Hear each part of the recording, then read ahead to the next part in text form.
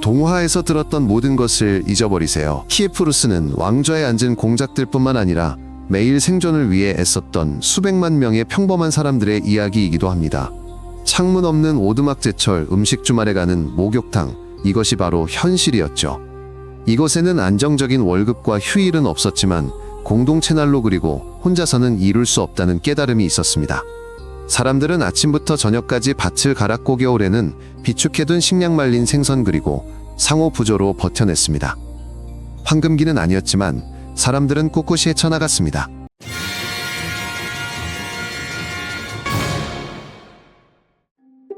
키이우가 중심지로 여겨졌지만 강가나 나루터 근처의 다른 도시들 또한 중요했습니다. 사람들은 마시고 교역하고 이동하기 쉽도록 물가에 가까이 정착했죠.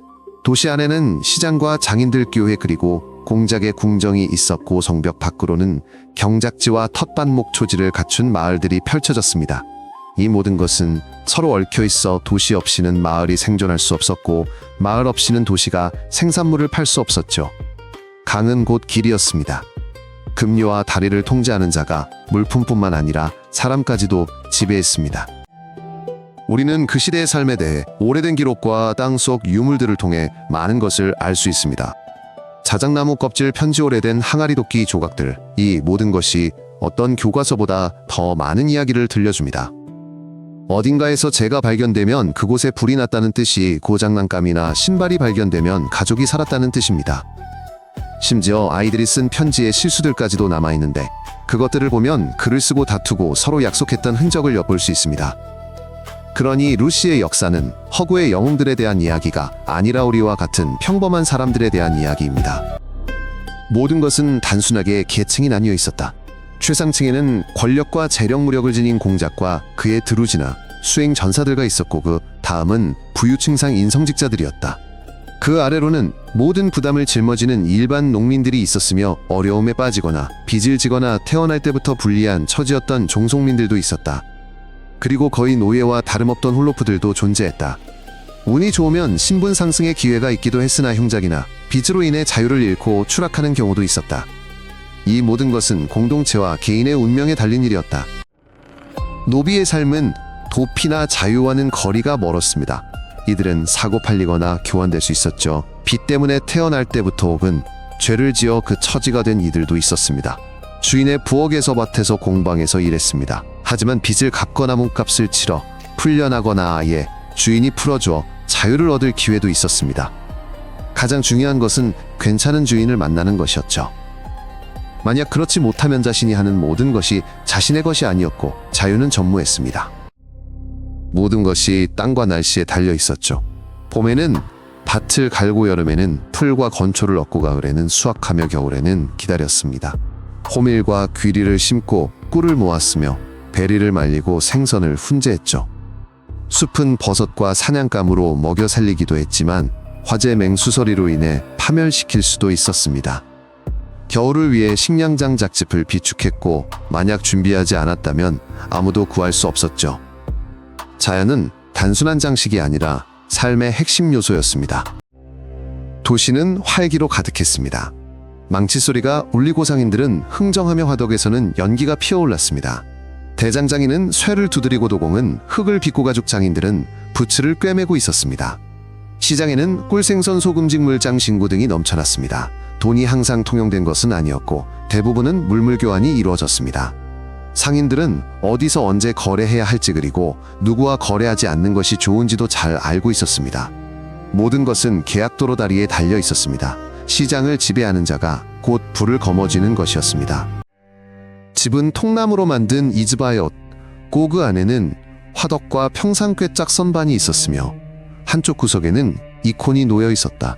화덕은 모든 것이어서 그 위에서 요리도 하고 잠도 잤는데 음식은 소박하여 죽시빵 생선이 주를 이루었고 고기는 드물게유 제품은 계절에 따라 먹었다. 크바스를 마시고 말린 과일을 먹었으며 양배추를 절이는 등 모든 것을 넉넉히 비축해 두었고 위생은 반야와 깨끗한 그릇으로 지켰으니 그러니 살아남을 수 있었다. 여성들은 늘 바빴는데 요리하고 배를 짜고 가축을 돌보며 집과 아이들을 보살폈습니다. 가난한 가정에서는 남자들과 동등하게 일했고 부유한 가정에서는 가정을 관리하고 사업에 참여할 수도 있었습니다. 결혼은 첫눈에 반한 사랑이 아니라 거래이자 동맹이었고 이혼은 드물었지만 가능했습니다. 여성들은 재산을 소유할 수 있었고 특히 과부가 된 경우에는 일에 영향을 미치기도 했지만 전반적으로 책임은 막중했고 권리는 적었습니다. 어려서부터 해야 할 일들이 있었습니다. 가축을 돌보고 물건을 나르고 주변을 청소했습니다. 남자아이들은 싸우거나 무언가를 만드는 법을 배우고 여자아이들은 바느질과 요리를 익혔습니다. 도시에서는 사제나 수도원에서 글을 읽고 쓰는 법을 가르쳤습니다. 글을 배운 사람들은 업무를 처리하고 편지를 쓰며 기도를 읽을 수 있었습니다. 이는 흔치 않은 일이었지만 기적은 아니었습니다. 몇몇 아이들은 심지어 부모님과 친구들에게 자작나무 껍질에 쪽지를 쓰기도 했습니다. 그들은 그렇게 살았습니다. 책가방은 없었지만 해야 할 일들은 늘 있었습니다. 루스 기독교와 이전 사람들은 자연의 힘태양물 정령들을 믿었습니다. 그러고 나서 기독교가 들어왔죠. 교회 금식성인들과 함께요. 하지만 마슬레니차 쿠팔라콜리아드키 같은 옛 의식들은 사라지지 않았습니다. 신앙은 삶의 일부였지 따로 떨어진 것이 아니었어요. 축제는 기도만 하는 게 아니라 노래놀이춤으로 흥겹게 즐기는 것이었습니다. 교회는 모든 것을 질서 있게 하려 했지만 사람들은 자신들의 삶을 살았죠. 그렇게 이 모든 것들이 사람들의 마음속에서 도달력 위에서도 함께 어우러졌습니다. 아프면 뿌리나 꿀 아니면 목욕으로 치료했습니다. 이가 아프면 달인 약을 대고 베이면 송진으로 덮었습니다. 산파는 출산을 도왔고 민간 치료사는 약초로 병을 고쳤습니다. 때로는 효과가 있었고 때로는 그렇지 않았습니다. 평균 수명은 약 30세였지만 이는 아이들이 자주 죽었기 때문이었습니다. 성인이 될 때까지 살아남은 사람들은 오래 살 수도 있었습니다. 의학은 원시적이었지만 그들은 할 수 있는 한 최선을 다했습니다. 법이 있었죠. 훔치면 갚고 때리면 갚아야 했으 몇 살 이내는 더 큰 대가가 따랐습니다. 거의 모든 범죄의 벌금형이었습니다. 재판 방식은 다양해서 규칙에 따르기도 하고 힘의 논리에 의해 결정되기도 했습니다. 증인 맹세는 물론 때로는 시련을 거치기도 했습니다. 감옥은 거의 없어 대부분 합의로 문제를 해결했습니다. 가장 중요한 것은 가족이 복수하지 않고 사건을 종결하는 것이었으며 공동체의 평화가 처벌보다 더 중요하게 여겨졌습니다. 모두가 세금을 냈습니다. 돈으로 피로 물고기로 꿀로 냈죠.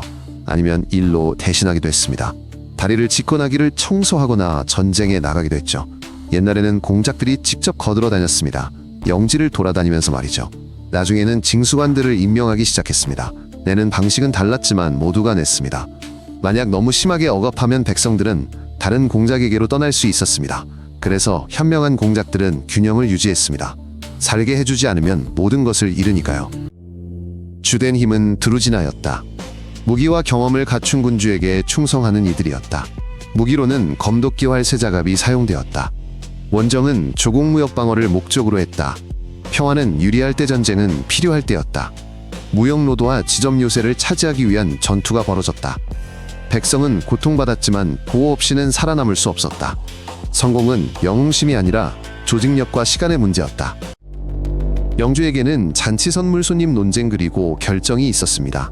권력 군대 재판 등 모든 것이 그의 손안에 있었죠. 하지만 그가 과하면 사람들은 등을 돌릴 것이었습니다. 궁정은 힘의 장소였습니다. 여기서 누가 누구와 싸울지, 누가 얼마를 낼지, 누가 누구와 결혼할지 등이 결정되었습니다. 부유함은 오슴 씩씩기로 과시되었죠. 하지만 모든 것은 충성심에 달려 있었습니다. 병사들이 믿지 않는다면 어떤 금도 그를 구할 수 없었죠. 옷은 날씨와 형편에 따라 달랐는데 남자들은 셔츠 바지 허리띠를 입었고 여자들은 긴 드레스와 너울을 둘렀다. 겨울엔 털옷, 여름엔 삼배옷을 주로 입었으며 신발은 가죽이나 삼껍질로 만든 것이었다. 장신구는 여윳돈이 있을 때 반지구슬, 귀걸이 등을 착용했고 부자들은 화려한 옷감을, 가난한 이들은 회색의 소박한 옷을 입었다. 이처럼 옷차림만으로도 그 사람이 누구이고 어디 출신인지 즉시 알 수 있었다. 강이 주요 도로였습니다. 배대상 행렬 그리고 백길을 이어 육상으로 배를 운반하는 방식이 활발히 사용되었습니다. 꿀모피, 생선, 직물, 금속, 소금 등 온갖 것을 거래했고 그 대가로 와인, 장신, 구양신료, 유리를 들여왔습니다. 상인들은 물의 흐름과 시기 위험한 장소, 누구와 거래해야 할지 속속들이 알고 있었습니다. 무역은 단순히 상품뿐만 아니라 아이디어의 교환이기도 했으며를 통해 물건뿐만 아니라 습관, 풍습, 언어도 함께 전파되었습니다. 일리아 무로메츠도브리냐 알료샤는 모두에게 익숙한 이름입니다. 이것이 바로 의미를 담은 이야기인 빌리나이며 여기에는 hin명예약자 보호의 정신이 담겨 있습니다. 그리고 그 이면에는 실제 인물 도시 갈등이 존재했습니다. 학자들이 무덤과 기록들을 발견했음에도 불구하고 가장 중요한 것은 바로 그들의 정신이었습니다. 사람들은 영웅들이 곁에 있기를 바랐습니다. 그들이 실제로 존재했는지의 여부는 중요하지 않았습니다. 핵심은 그들이 사람들에게 영감을 주었다는 점입니다. 동쪽에서 적들이 쳐들어왔습니다. 도시들을 불태우고 사람들을 끌고 갔으며 무역을 중단시켰습니다. 키이우는 텅 비었고 삶은 북쪽의 다른 도시들로 옮겨갔습니다.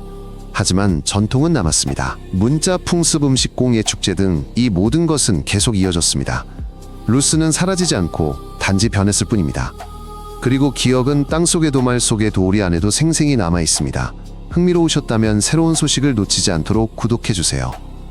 저희는 짧고 간결하게 핵심만 전달합니다.